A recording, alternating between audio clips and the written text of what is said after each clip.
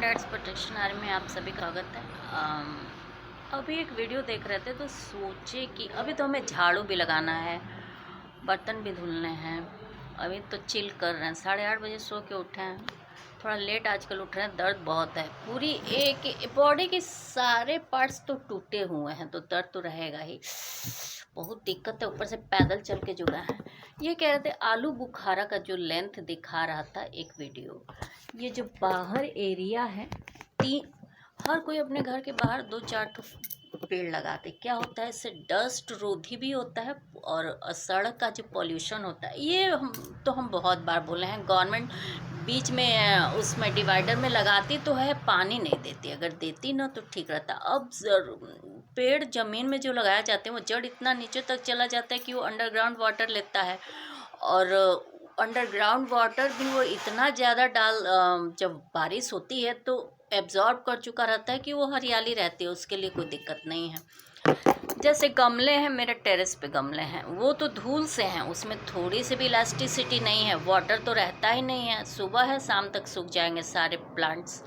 थोड़ा जो garden soil होता है उसमें प्लांट्स बचने की संभावना होती है 1-2 हफ्ते अगर पानी न रहे तो। हम तो अगर एक दिन चले जाएं पूरी खेती मेरी सूख जाती है। खेती हम इसलिए कहते हैं कि गार्डनिंग हम हॉर्टिकल्चर और फार्मिंग के लिए ही शुरू किए।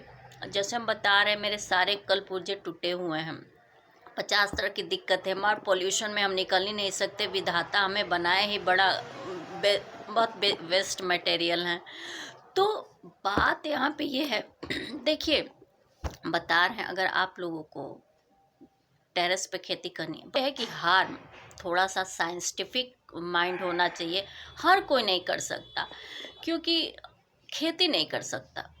फ्लोरिकल्चर करिए, ठीक है, इसलिए क्योंकि उसमें पॉल्यूशन, पेस्टिसाइड, जानवर्स वगैरह सब कुछ पड़ते हैं।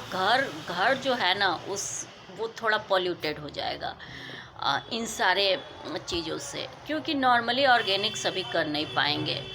जैसे हम पेस्ट भी यूं ही मैनेज कर लेते हैं, सब कुछ मैनेज कर लेते हैं। लगाए ही क्या है, अरवी, टमाटर, मिर्ची, यही सब जो बंदर छोड़ देता है। बंदर के लिए हम 1 टन तक टमाटर रखते हैं कि वो साल भर खाए तो भी बचा रहे, और जमकर फैमिली सहित खाते हैं सब। हम अकेले, इसके पहले हस्बैंड रहते थे 2023 से, अब वो बगल में हैं, तो 2021 में ही चले गए थे। फिर हम बोले आ जाइए इधर, हमें अकेले डर लगता था, फिर आदत अब जब पड़ गई तो फिर वो चले गए, कोई दिक्कत नहीं है।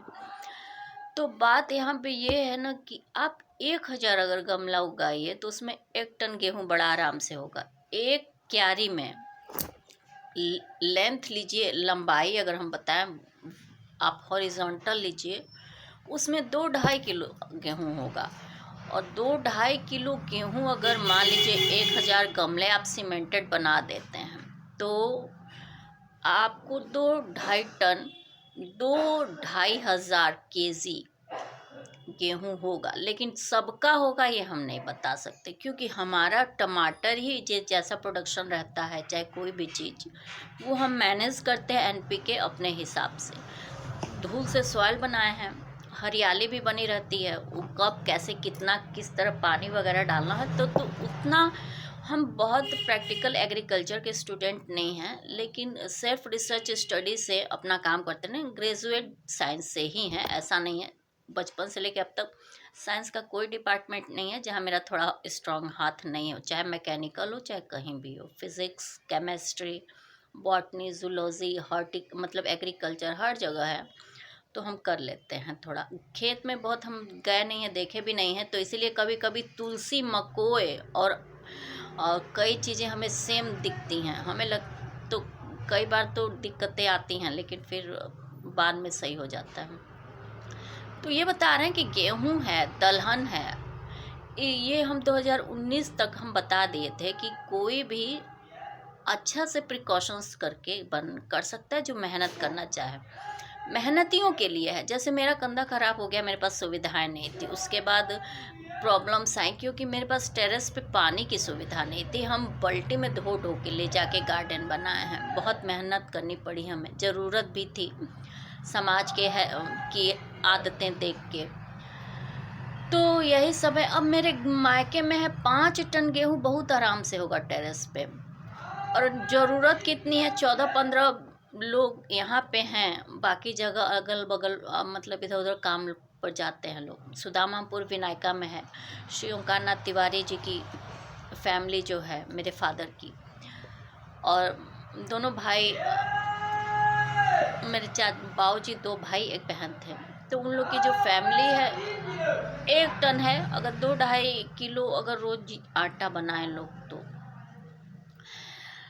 तो ऐसे लोग हो तो जाएगा, लेकिन करना होना चाहिए। हम तो अभी फ्रूट्स की बात कर रहे थे। आलू बुखारा दिखाया था और कुछ अच्छा दिखाया था, तो हम बाहर लगाएंगे। जो पानी खोद रहा था ना, उसी को बोले कि यहाँ पे प्लांट्स लगाएंगे, अच्छे से खोद दो। तो बोला कि यहाँ की मिट्टी अच्छी नहीं है। हम बोले कि अब आप हमको सजेशन न दे, खोल दीजिए।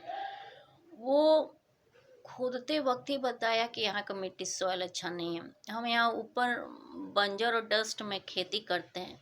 बेवजह आर्गुमेंट करने के लिए सोसाइटी की जो प्रॉब्लम्स है ना, जो उनकी यहाँ प्रॉब्लम है, ये दूर हो जाए ना, तो धरती का सारा प्रॉब्लम ही दूर हो जाएगा।